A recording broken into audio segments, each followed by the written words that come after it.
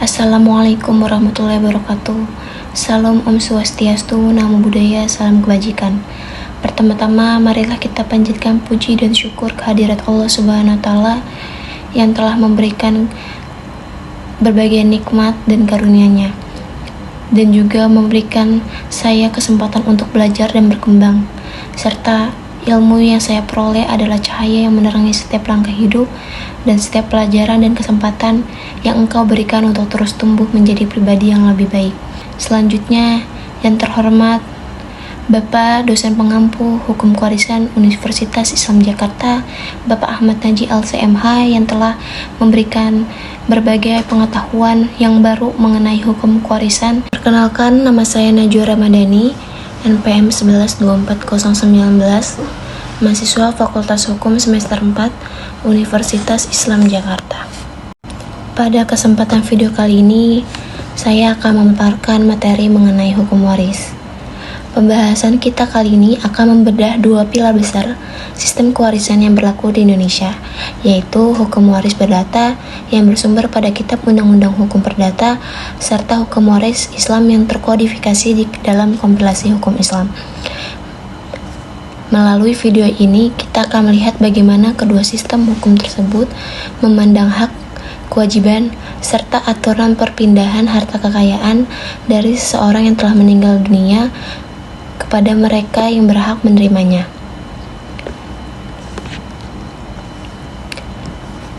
Sebelum kita membedah aturan teknisnya, mari kita pahami terlebih dahulu definisi dari kedua sistem hukum ini. Yang pertama, berdasarkan buku literatur akademik. Dalam perspektif hukum perdata barat, hukum waris didefinisikan sebagai kumpulan peraturan yang mengatur tata cara perpindahan atau pengalihan harta warisan dari seseorang yang telah meninggal dunia, baik berupa harta benda yang dapat dinilai dengan uang atau aktivitas, maupun berupa utang piutang atau pasifah kepada orang-orang yang berhak mewarisinya, baik menurut undang-undang maupun surat wasiat sesuai bagian yang telah ditentukan. Sementara itu, jika kita melihat dari sudut pandang hukum Islam, pasal 171 huruf A Kompilasi Hukum Islam atau KHI secara eksplisit mendefinisikannya sebagai hukum yang mengatur perpindahan hak kepemilikan harta peninggalan atau tirkah pewaris, menentukan siapa saja orang-orang yang berhak menjadi ahli waris, serta menetapkan berapa besar porsi bagian masing-masing ahli waris secara pasti sesuai syariat Islam. Mari kita awali pembahasan mendalam daripada fondasi hukum waris perdata barat, yaitu berdasarkan sistematika hukumnya. Hukum waris perdata ini diatur di dalam buku kedua KUH Perdata tentang kebendaan karena memandang kewarisan sebagai salah satu cara limitatif untuk memperoleh hak milik sebagaimana ditegaskan dalam pasal 584 KUH Perdata. Dalam sistem perdata, proses pewarisan baru dianggap terbuka dan sah demi hukum mutlak karena adanya peristiwa kematian yang didasarkan pada ketentuan pasal 830 KUH Perdata. Warisan itu sendiri pada hakikatnya bukan sekadar pelimpahan harta benda yang bersifat menguntungkan, tetapi juga menyangkut pelimpahan seluruh kewajiban utang piutang dari almarhum atau almarhumah pewaris kepada para ahli waris yang ditinggalkan. Apabila kita membedah sifatnya, hukum waris perdata menganut 3 asas utama. Yang pertama adalah sistem individual, di mana harta warisan akan dibagikan kepada masing-masing ahli waris untuk dimiliki secara perorangan, bukan dimiliki secara kolektif oleh kelompok atau keluarga besar. Kedua adalah sistem bilateral, yang berarti seorang anak memiliki hak penuh untuk mewarisi harta baik dari garis keturunan ayah maupun dari garis keturunan ibunya, tanpa pembedaan. Asas ketiga adalah sistem perderajatan, yang bermakna bahwa anggota keluarga yang derajat hubungan darahnya paling dekat dengan pewaris akan menutup peluang anggota keluarga yang derajatnya lebih jauh untuk tampil menerima warisan. Berdasarkan kedekatan hubungan darah dan perkawinan tersebut, KUH Perdata membagi para ahli waris berdasarkan undang-undang dalam 4 golongan utama. Golongan pertama yaitu terdiri dari suami atau istri yang hidup terlama beserta anak-anak kandung dan seluruh keturunan lurus ke bawah. Jika golongan pertama ini tidak ada, maka undang-undang akan memanggil ahli waris golongan kedua, yaitu orang tua kandung beserta saudara-saudara kandung dari pewaris.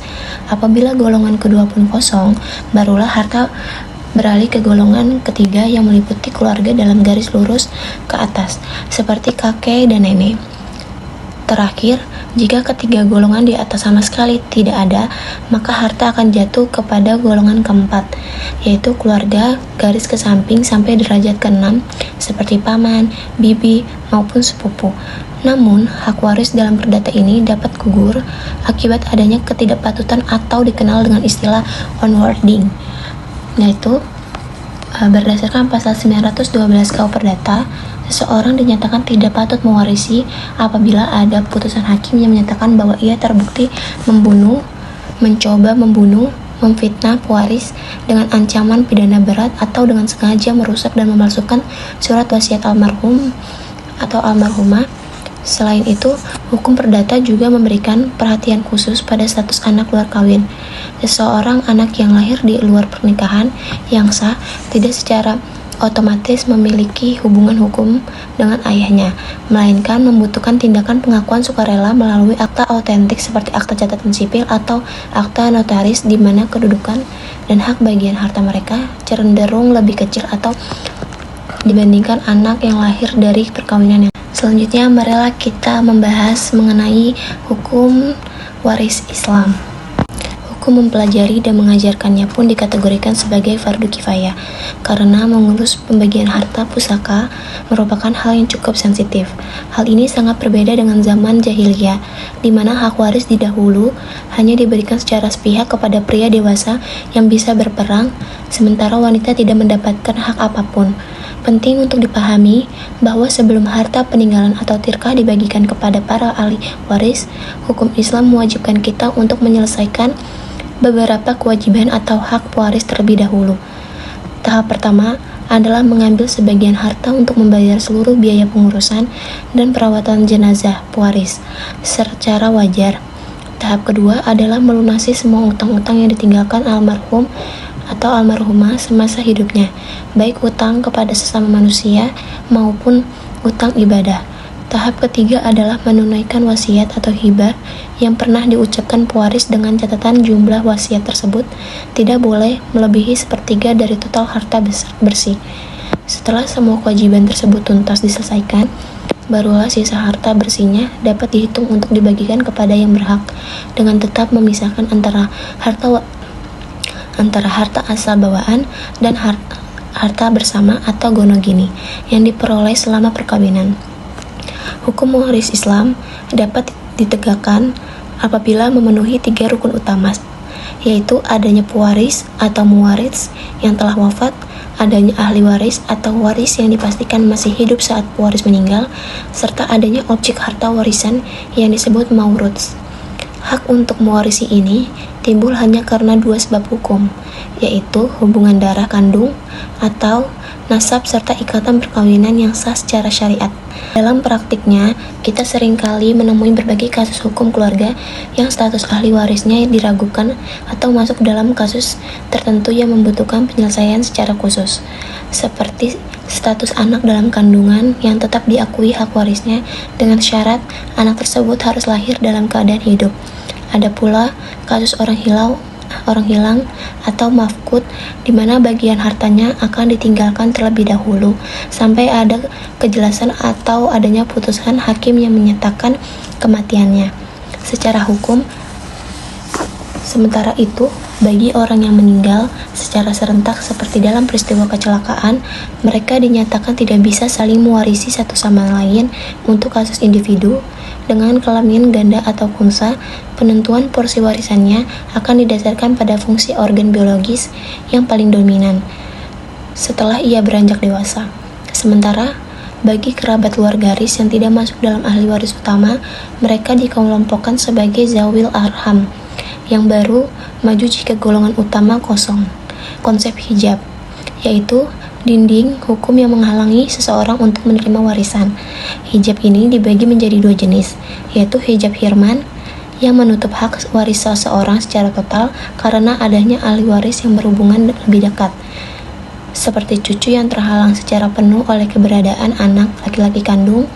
Jenis kedua adalah hijab nuksan, yaitu dinding yang tidak menghilangkan hak waris tetapi hanya mengurangi porsi bagian yang diterima, seperti porsi suami yang porsinya berkurang dari setengah menjadi seperempat karena istri yang meninggal ternyata memiliki anak atau keturunan. Sebagai inti dari perhitungan faraid, para ahli waris dalam Islam dikelompokkan berdasarkan kepastian bagian yang mereka terima. Kelompok pertama adalah ahli waris ashabul furud, yaitu mereka yang porsi pecahannya sudah ditentukan secara pasti dalam Al-Quran, di mana nominal pecahannya terdiri dari setengah, seperempat, sepertiga, seperenam, 2/3, atau 1/8. Kelompok kedua adalah ahli waris asobah, yaitu mereka yang mendapatkan sisa harta setelah porsi kelompok pertama dibagikan. Asabah ini terdiri dari asabah binafsi karena kedudukan laki-laki itu sendiri, asabah bil goir karena ahli waris perempuan ditarik oleh keberadaan ahli waris laki-laki, serta asabah ma'al goir yang merupakan sesama ahli waris perempuan bersama ahli waris perempuan lainnya. Selain itu, KHI juga mengenal konsep wasiat wajibah, yaitu pemberian warisan demi hukum bagi anak angkat atau orang tua angkat yang tidak menerima waris biasa dengan batasan maksimal sepertiga bagian hartanya. Sekianlah seluruh rangkuman materi hukum waris perdata dan hukum waris Islam yang dapat saya paparkan sebagai bahan tugas daripada hukum kewarisan yang diberikan oleh Bapak Ahmad Naji LC MH pada semester 4 ini. Kurang lebihnya mohon maaf. Terima kasih. Wassalamualaikum warahmatullahi wabarakatuh.